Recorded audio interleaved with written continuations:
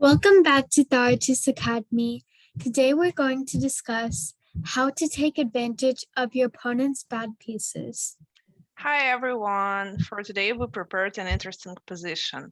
So if you have a look at the chessboard, you can see that black has some extra material, because usually queen is much stronger than a knight and the rook. But not this time. As Tara said before, the black king and the black queen are not on such a good position. They both are at the first rank. So at the same time, the white rook is at the first rank. So who knows? Maybe we can use that fact and try to make a skewer or a pin. Okay, so let's think what we can start with. So of course, I would be happy to move my knight away, and to pin the queen with a king. But right now, while the rook is undefended and after black captures it, we don't have any forks, just notice that the white pawn moves up, so it can't capture the queen. So of course, in this position, we have nothing to do and we just lose the rook. So at this point, probably we should start with finding a better position for the rook. So Tara, what ideas do you have? One idea that you might have is you notice that you can't move the knight or you'll lose the rook. So something you might think of is rook h1, because your idea is on the next move, you want to bring your knight to f2, and then the knight would be guarding the rook. Yeah. But I think it's not a problem for black to protect from this. Maybe I would start with queen c1 check. Because if we try something like knight e3, we just lose the rook. So, and when the king moves somewhere, I have so many checks with the queen. So at this point, rook h1 doesn't work. So we can discuss something else. If you move the rook away from the first rank, and if you try checkmating idea like rook g3, your plan is to bring the rook to a3, but you have to remember, what can your opponent do? Because they also have a move. Of course. So I think I can just capture the knight in this position. Yeah.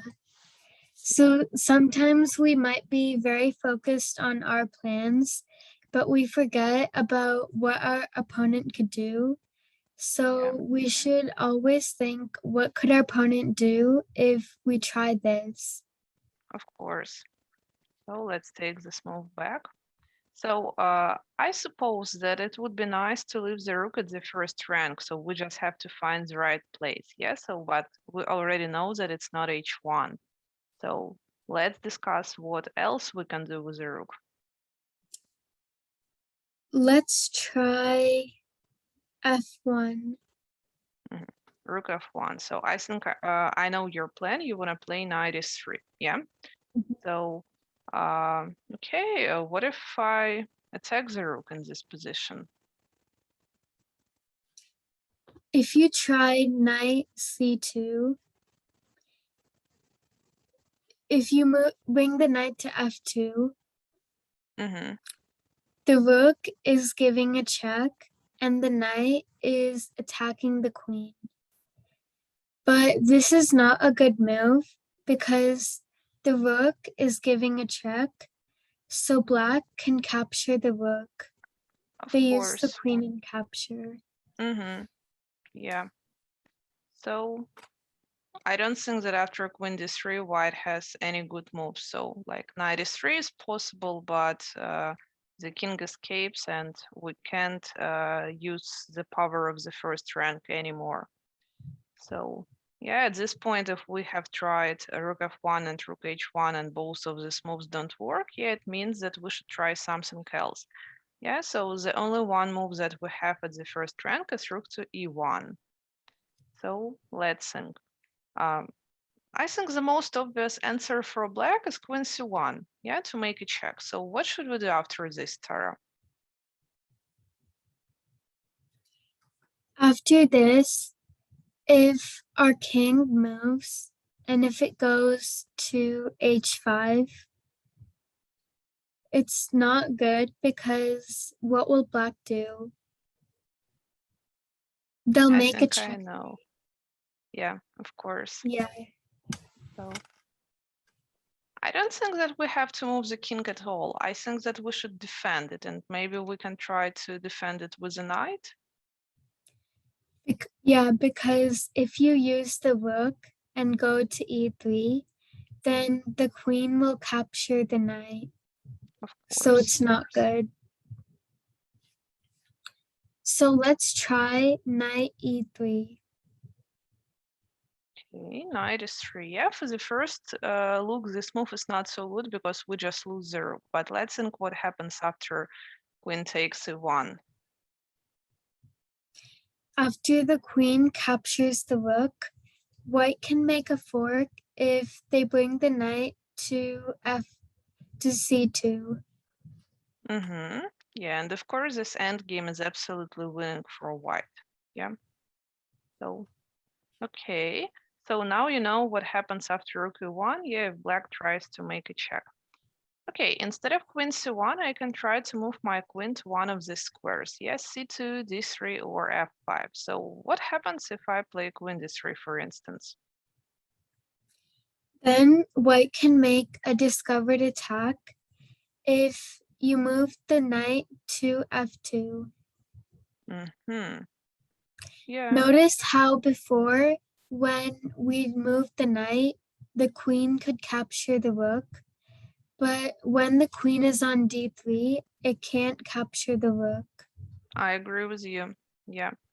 So I think that the like it's better to move the queen back than just to lose it for free. Yeah, because now white trades the rook for the queen. Yeah, but of course the sand game is still winning for white.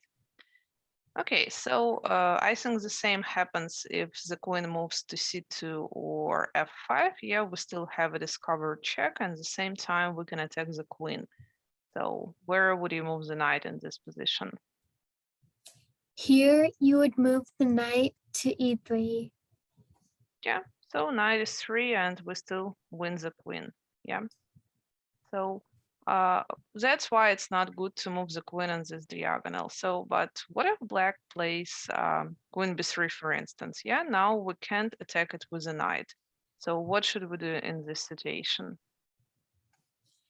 Here, we can still make a discovered attack because I think there isn't good moves with the rook. Mhm.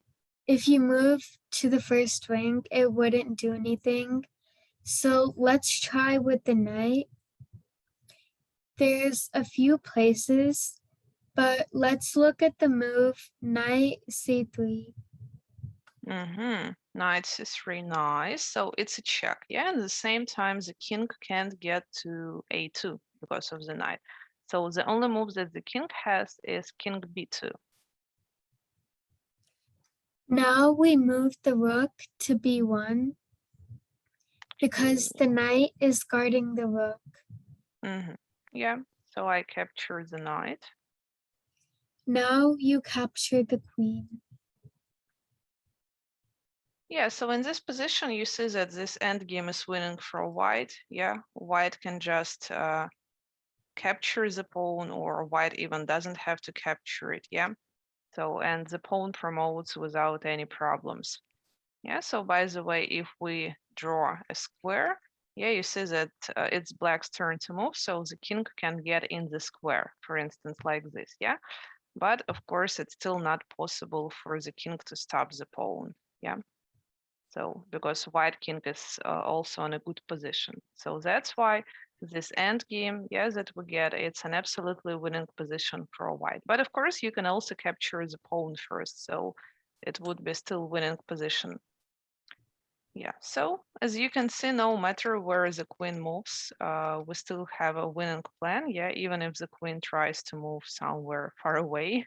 Yeah, I think we can do the same. We play knight c3, control a2, and after king b2, we just win the queen. Yeah. And notice how if you didn't move the knight to c3, the knight wouldn't be controlling a2. Of course, yeah. Because And if you did another move like knight e3, if you did knight e3, the king could escape to a2. yeah, but I think this time, even if the king moves to b2, it's still nothing bad for black because rook b1, yeah, the rook is undefended, so this plan doesn't work anymore. Yeah, so very nice position. So probably, let's say several words. What should we usually do if we want to use bad position of our opponent? I think first of all, we have to play active. And of course, it's also important not to waste your time. So like try to make problems for your opponent as soon as possible. And like try to attack maybe some of the pieces. Also, it's always important, especially in this one, to calculate because this position is winning for white, but white they had to be very accurate. And even though it's winning, they can't do any move. They have to be very accurate to find the right plan. Yeah, So you always be accurate or you won't be able to convert. you're right. I hope you enjoyed this video, and if you did, please make sure to like, subscribe, and share this video to others. I'll see you on my next video. Bye! Bye.